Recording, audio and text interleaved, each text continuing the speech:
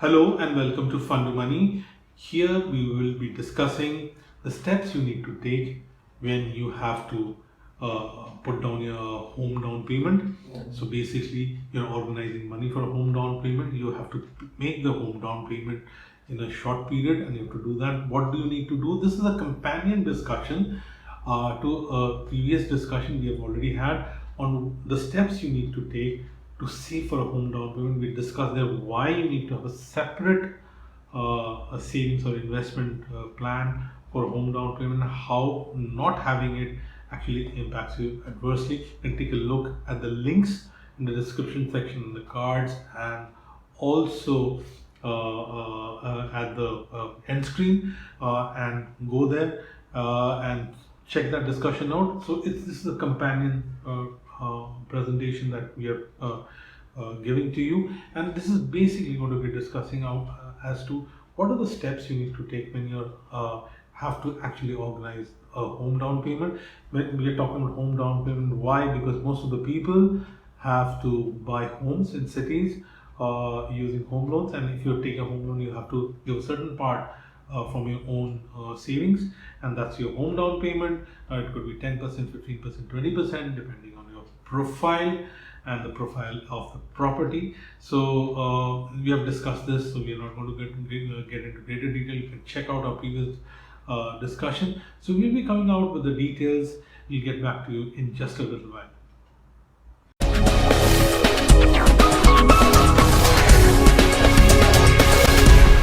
Welcome back. Welcome to Fund to Money, and we are discussing home down payment.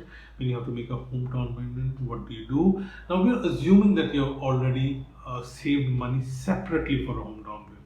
If you haven't done that, then we are talking about a couple of problems that could happen. We have already discussed what are the problems, and you're going to face those problems. You might face those problems in such a case. Now, typical problem is you actually end up using money for other goals, say a retirement.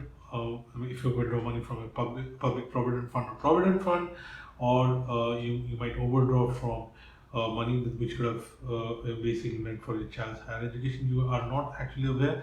When you actually have a separate home down payment, you also get to know about what your budget is. So we have discussed all this in a previous presentation. You can take a look at the cards and the end screen and the links in the description section. But let's talk about how things are going to be going when you have to organize the home down payment. So if you have saved separately, most of the bother is gone, because you would have had some idea what the budget is all about. So you would be too far off the target.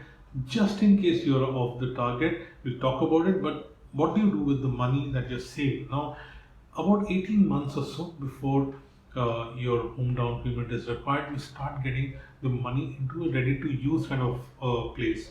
So if you're in equity funds or hybrid funds, you need to move the money into short-term debt funds. It could be liquid funds. Basically, you have to get it to a place where the principal and returns are not at risk. So you're basically securing that money. So that's number one.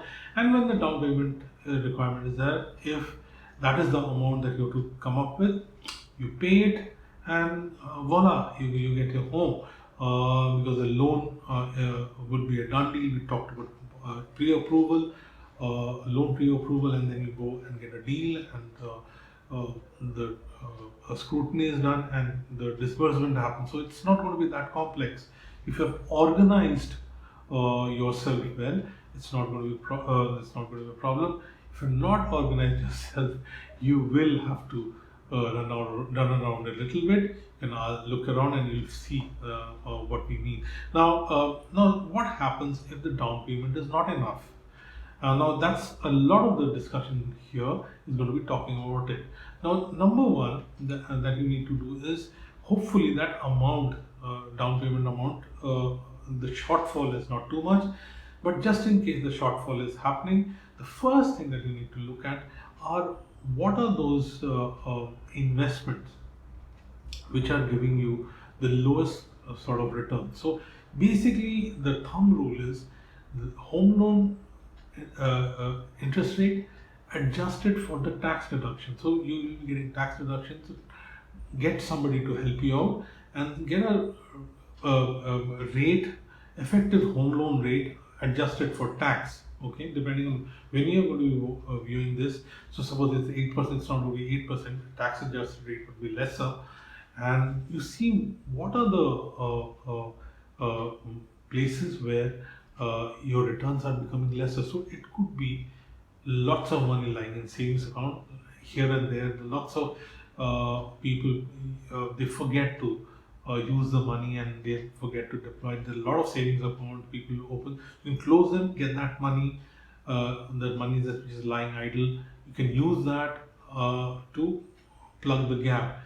And there could be other investments. So there could be say maybe a fixed deposit, could be a debt fund which is not paying that much. So you can get a sense, get it out. Typically, they would be lower risk, lower return investments. So debt kind of fixed income kind of investment. So you could take a look at that. Then, of course, take a look at investments which have run their course. So if it's an equity investment, then you know it's not going to do well. It could be a stock, it could be equity fund. It's the best days are behind, or it's underperforming. It's not performing well. It's lagging behind benchmarks, and it's been consistently doing badly over 1 year, 3 year, even 5 year maybe. And for some reason, and you haven't done anything about it, take that money away and deploy it here for down payment, and do it partly, fully, whatever, depending on the shortfall.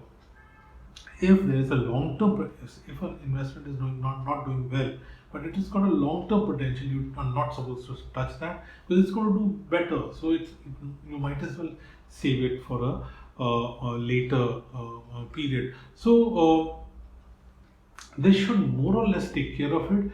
But some of the other things that you need to keep in mind is when you're looking at tapping this investment, take a very good look at some penal provisions. So it could be, suppose if you liquidate before time, would you be paying some kind of penalty in terms of interest rate, a lower interest rate? Would you be paying an exit load?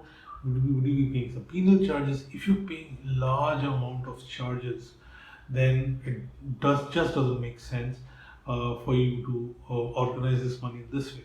What you could do though is take a loan against such investments. Okay, so for instance, instead of surrendering your life insurance plan, you could look at whether you can take a loan against a life insurance plan, although it's not a great idea. But if you really badly want to do it, maybe that's the way to do it. But maybe a loan against FD instead of liquidating the FD, loan against mutual fund unit instead of liquidating it if there's a potential for it, gold loan. Now, be careful that you don't overdo this because this is a loan, you have to repay it. If you don't repay it, you lose control over the asset against whom. And the good part about this is the interest rate is going to be very manageable. So don't overdo it because you've got another home loan to deal with and you don't want too much of loan going your way. But if it's a small gap, you can figure it out. Then, of course, the penalties and the exit loads, these are things that you might want to check out. There are a couple of things you shouldn't be doing at all. Okay, so number one, don't touch Provident Fund, although you're allowed to withdraw money from Provident Fund, and that's a very in thing to do in India for ages. But you shouldn't be doing it because you need lots of money in retirement, and once you withdraw money from Provident Fund, you're actually turning the clock back in terms of retirement investing. Same is the logic for partial withdrawals from PPF, because it's most likely that you wouldn't have finished those 15 years. 15 years wouldn't have passed, so you're looking at partial withdrawal. Don't do that. Again, will set your retirement investing savings back. Then don't liquidate your life insurance policy. If it's a life insurance come investment policy, if it's a term plan, it's not in the picture at all because there is no cash value, so there's nothing to be gained. But if it's a life insurance come investment and you're thinking of liquidating it or doing something, remember, if the coverage that was being provided was part of your plan, then what's happening is you will have a gap. So at a time when you'll be taking additional financial commitment, your family is going to be minus the protection. So when you're taking loan, that means there's an additional commitment. Something happens to you, your family will be under great pressure. So life insurance coverage has to be maintained at all cost. And when you take a home loan, there's substantial new sort of obligation that you're getting yourself into. But the larger point to close this discussion is, if you're falling short on budget, then ask whether this property is worth going for it. What is compelling you to buy something which is breaking the back of your finances?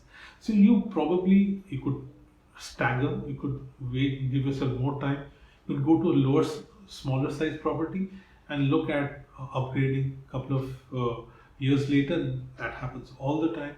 So some of these decisions you can make, change location, and make the whole thing get into your budget. If you have been saving for your home down payment, then you would already be knowing what your budget is all about, and you will not cross it and mess around with some of your other financial goals.